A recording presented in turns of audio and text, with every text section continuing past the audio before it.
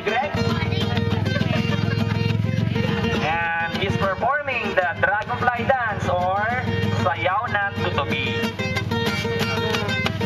Okay, anyone po who wants to dance with Kuya Greg?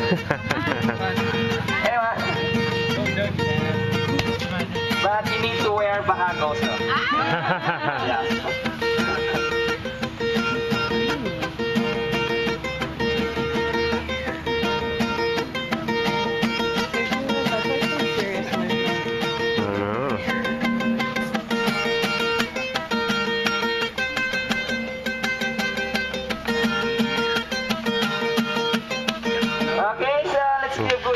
Wow.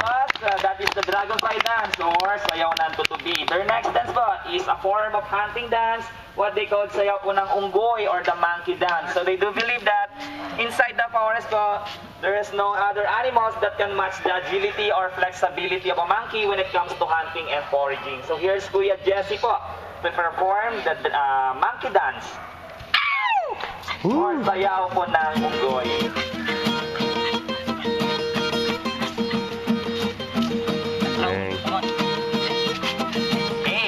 Look out! Oh my! Wow. That is actually their highlight of their monkey dance. Okay, so palakpakan mo natin si Kuya Jesse. Their last dance is very important to their tribe. So what they call sayaw po ng binabayani or pagbabayani. So whenever dispute or misunderstanding arises between two tribes before, they send their men to a real battle. But before sending their men, they are performing this dance to ask guidance to their god Apo na Malyari for them to have victorious fight or peaceful solution over their dispute. And they do believe also whoever is the best performer or the best dancer will be the best fighter or warrior for the tribe. Okay, so they are using a real bow and arrow or what we call pana at palasok. So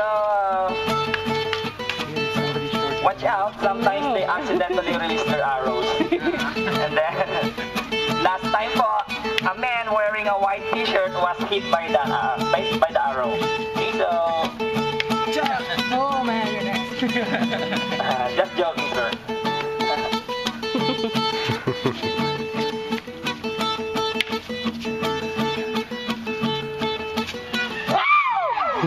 Okay, everybody po, that ends their simple but humble presentation. And we do hope that you do appreciate their culture po. So everybody po, we still have the crocodiles area and